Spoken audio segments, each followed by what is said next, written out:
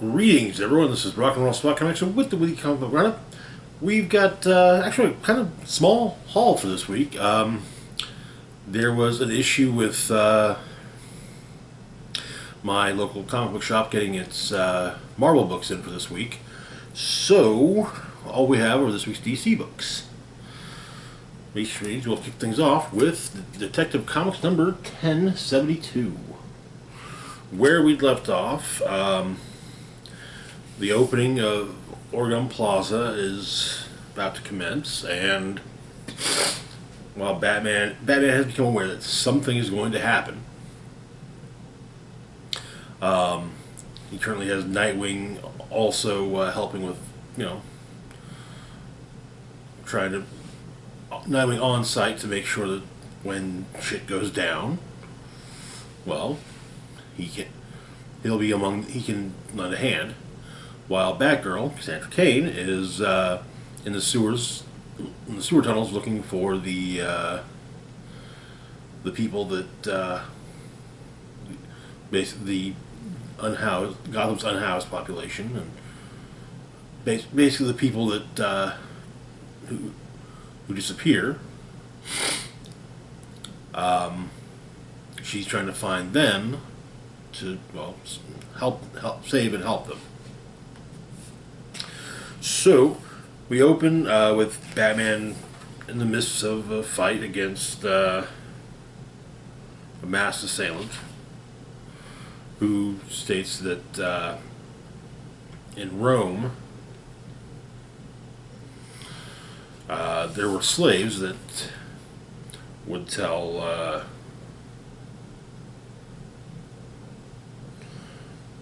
they would whisper in the ears of champions and Caesars, "Remember, you're mortal. Memento mori." And Batman's mass assailant offers to do the same for him. Ariga.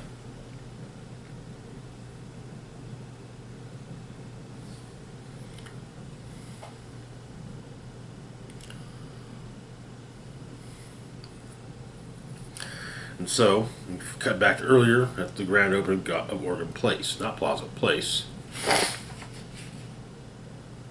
Everyone's got their roles to play. Also, Jim Gordon is basically calling in every marker he can to talk to his successor, Renee Montoya.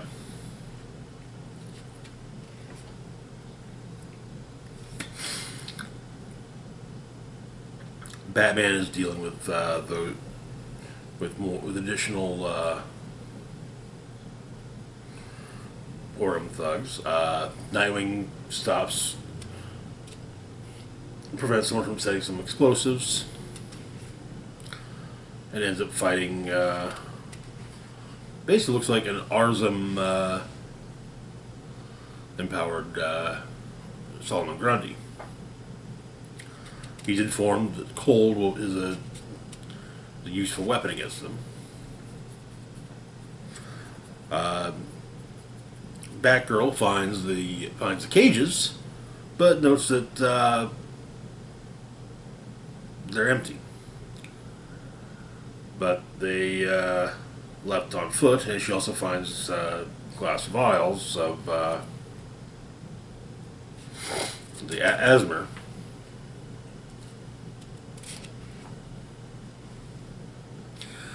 Gordon tries to talk to Montoya. Something is going to happen. I don't know exactly what.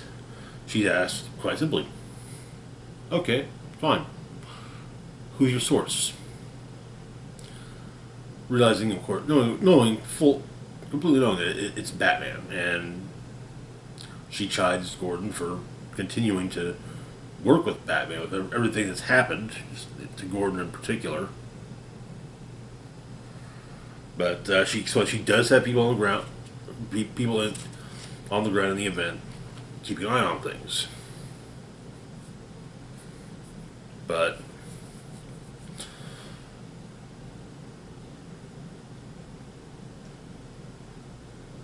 and when she states that she's not going to make the same mistakes he did, well, he kind of, he's clear that, yeah, she's making her all new mistakes. But overall, she doesn't listen to him.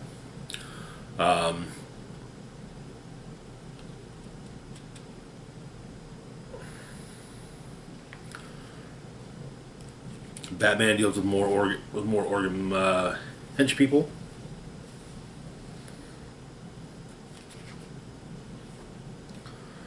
Before eventually making his way to the final one at the Reality Engine. Batgirl discovers that the asthma infused organ prisoners left the sewers through a manhole and are basically loose in the crowd.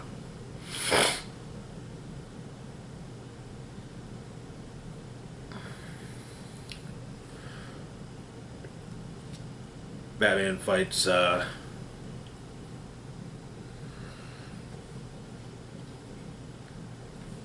while fighting his assailant from the beginning of the issue. Batman is basically given it.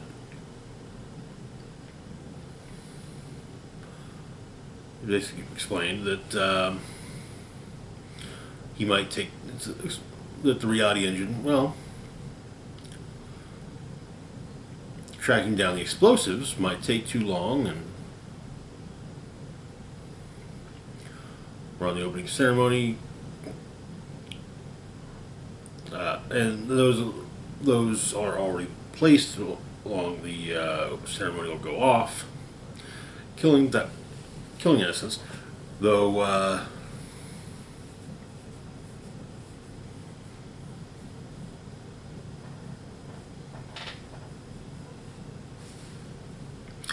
there's a more accessible detonator right there. One that will blow up Organ Place, bringing the structure down on them. One of Montoya's officers does find some explosives and call it in as Batman activates the detonator, blowing up Organ Place. Our backup story focuses on Prince Arthur's early life after the death of his father. A tree that he and his father planted seems to have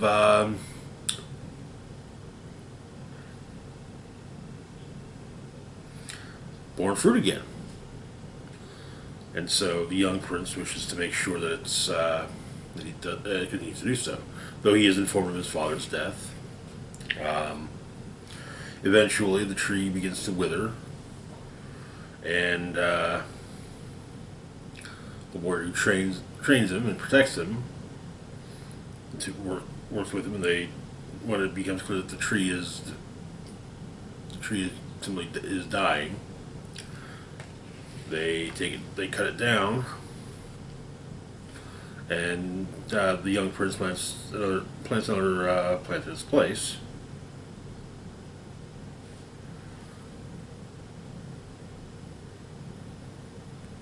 Plants another tree in its place, but they're attacked, and Asim, his protector and trainer, is overwhelmed by the attackers, and the issue ends with the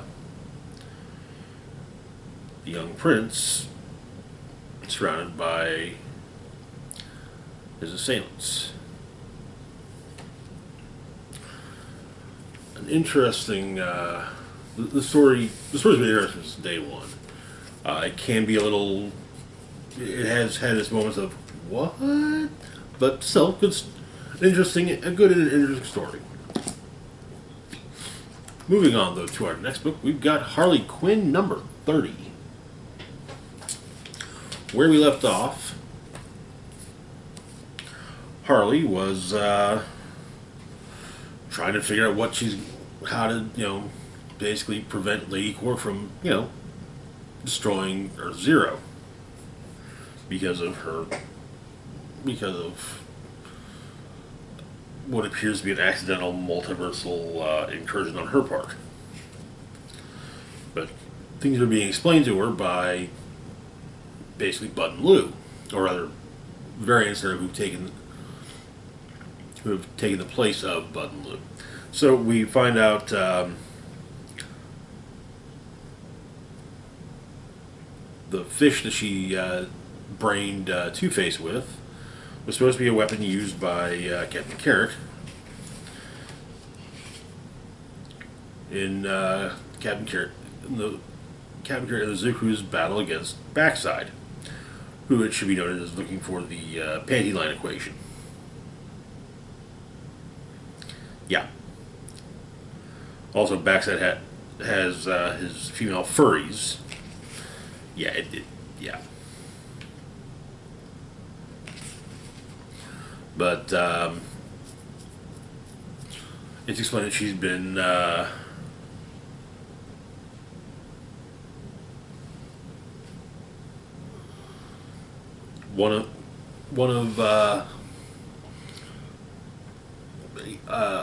Bud or Lou explained that she's been Batman, basically explaining that being Batman is a non-powered hero getting pulled into major events that are way outside the purview of what someone with no powers should be dealing with.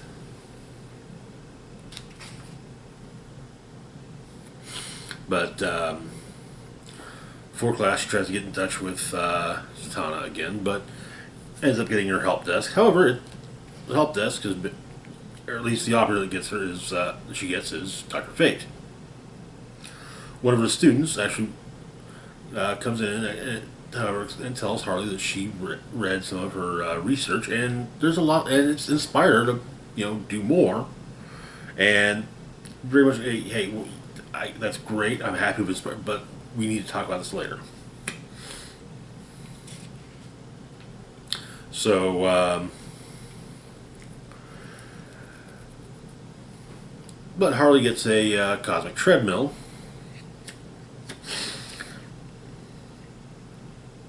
Because, clearly that's something you can just order in the DC universe. Not like it's a huge thing, a thing that, should maybe not be accessible to just anyone. And she asks Bud and Lou who want to go for multiversal walkies. So they make their way to Captain Carrot's Earth. Backside has won, and the place is pretty well decimated, though Captain Carrot's still around.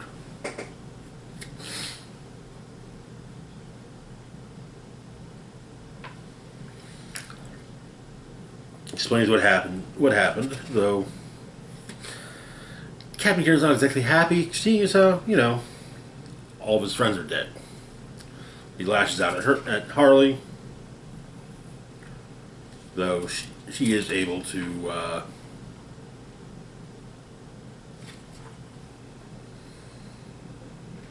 evade most of his attacks. Back on Earth Zero, Ivy's back and wonders what happened to the plant that she got Harley. It was used as a sacrifice for part of everything. Our backup story, basically, Harley's playing a fantasy RPG and being constantly given side quests. Exterminate goblin bats in the pumpkin patch. One can imagine just how well that goes. Find out what's poisoning the well. That gets taken care of. Save the town. And well, yeah, everyone hates side quests. And that is where the issue ends. I'm enjoying this run. In ways, it does really feel like with the addition of backup stories now to Harley's ongoing, it does seem that a statement made by Jim Lee a few years ago is something that DC is finally taking to heart, and that being that the prominence of, and that kind of just, truly accepting the prominence of Harley Quinn as being something that is not just going to randomly go away. Basically, she is their most marketable character after the Trinity. Moving on, though, to our next book, we've got Nightwing number 104. Nightwing's another book that also has started getting a backup story.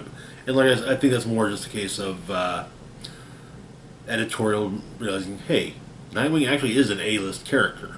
Maybe we should be pushing him as an A-list character, not B-list at best. Where we left off, however, Nightwing and the Titans were doing what they could to protect the daughter of Nightwing's like nemesis, Blockbuster.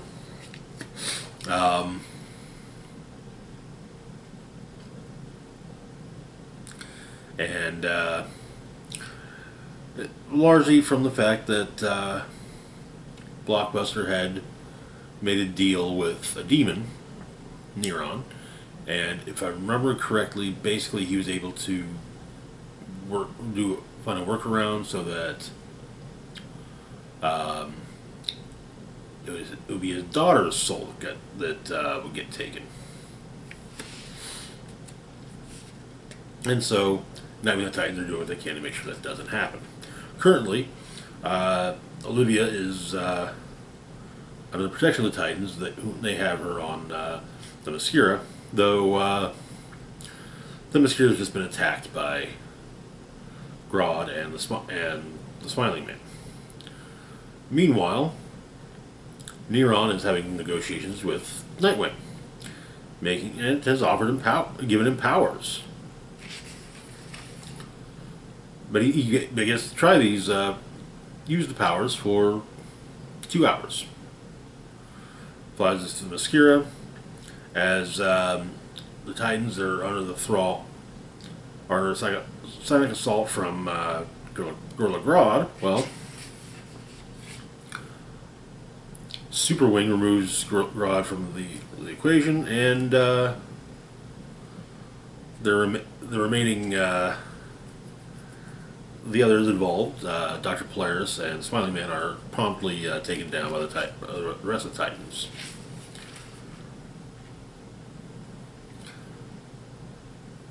Trigon gives Neron a bit of a dressing down, basically saying, "Hey, this whole thing it's making the demons look bad." But over the next hour and a half, basically, Super Wing helps Flash with redirecting a river, and is taken up into space by Superman, in kind of the perspective of things, namely, seeing Earth from that outside perspective.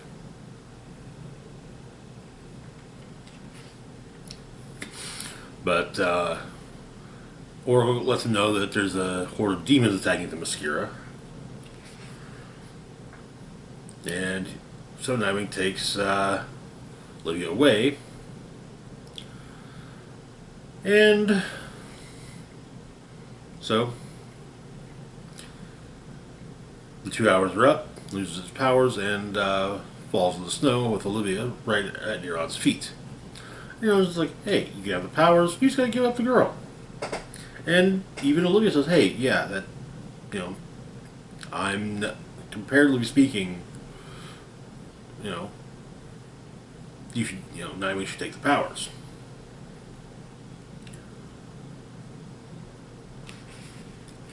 But Nightwing pulls out his Eskrima sticks and whispers the words, "Nightwing is awesome," and smacks the hell out of Neron, reverting him to his true form. Basically, remembering the what Nightmite did to send for his sticks.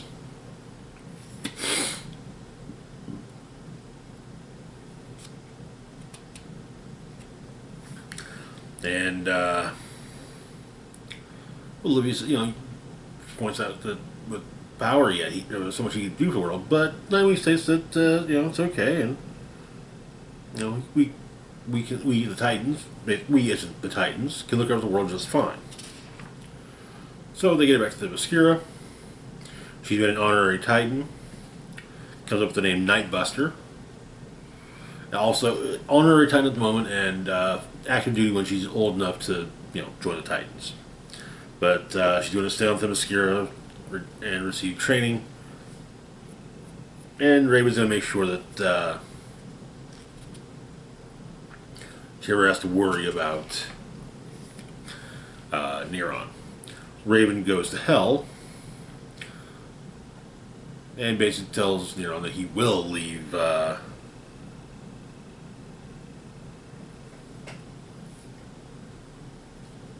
Olivia alone.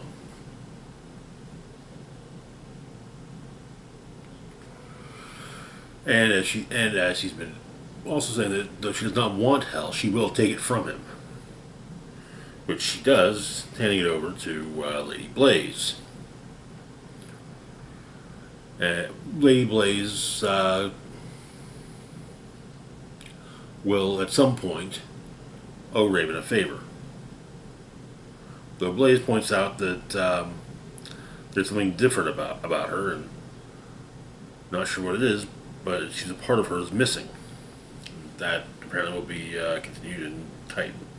That's a plot that is to be picked up in Titans. I don't recall anything from Titans 1 that kind of along those lines, but who knows? I may have just glazed over it. Our backup story reaches its finale, Night at the Circus. There was a bombing at the circus at the same time, and also around the same time there was a trapeze accident. Nightwing and Superman, John Kent, are investigating. While they figure out what happened with the trapeze, the bomb is another story entirely. Going through the security footage, there's a former employee picked up on it.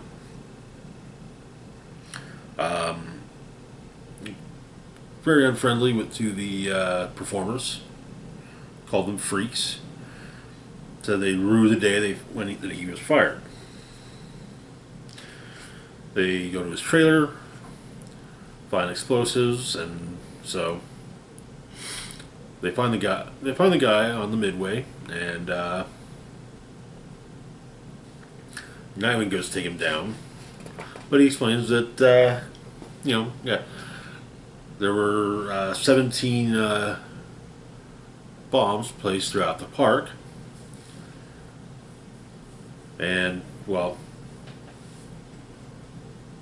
John managed to get all 17.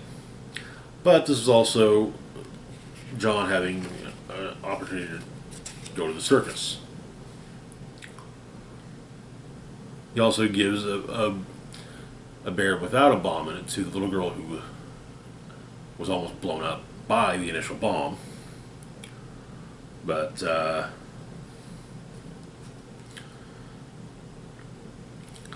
there's a ring toss bit. But though first making the ring bigger and able to win, well, a couple armloads of stuffed animals. And as they're leaving, Nightwing simply tells John to never change. And that is where the issue ends. Interesting to see how. I know next issue is supposed to be the whole thing is it's supposed to be from drawn in a first person perspective. The idea being you are Nightwing, but And the backup story was cute. I'm curious to see what they're going to do for future backup stories. Also, just to see what story, if the You Are Nightwing issue is going to be the kickoff of a new arc, or just a one-off story and then a new arc. But we'll see next month. Moving on, though, to our next book, our last book for the moment, we've got Tim Drake Robin, number 3. Where we left off, the Chaos Demons were back. Or the Chaos Monsters were back, apparently. And Batwoman had also made her way back into...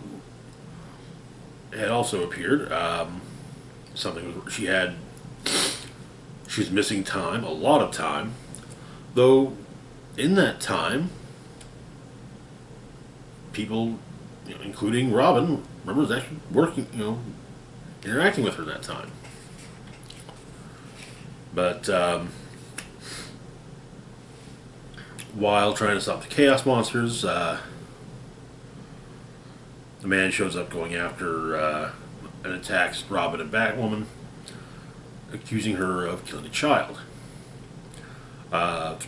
There are some markers that are pointed out by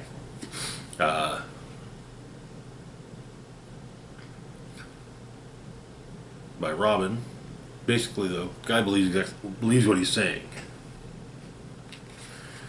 Batwoman breaks free and drops the guy off the roof, or almost drops the guy off the roof, but he escapes with a tracker placed on him. Robin and Batwoman go to talk to Bernard, having been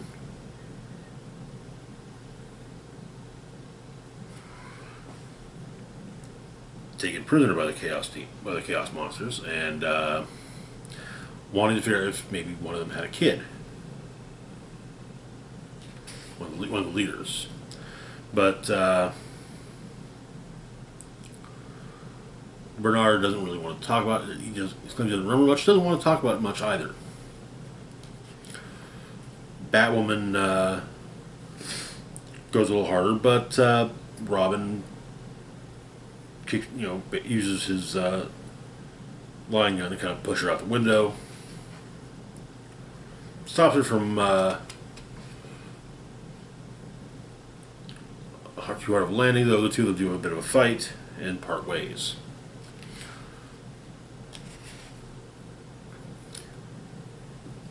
Tim returns to his boat.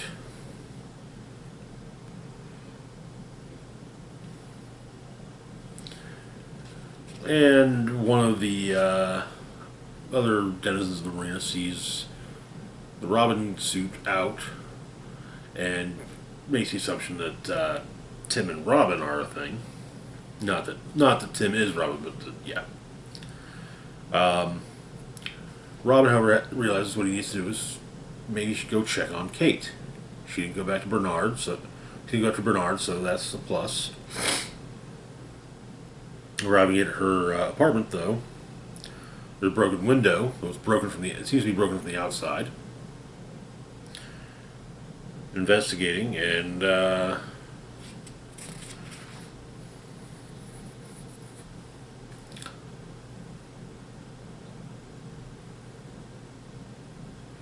he's attacked. And the issue ends with Robin trying to make his way out, at least into the light, if not out inside the building, and sadly failing. Interesting. I like the fact of bringing back the Chaos Monsters.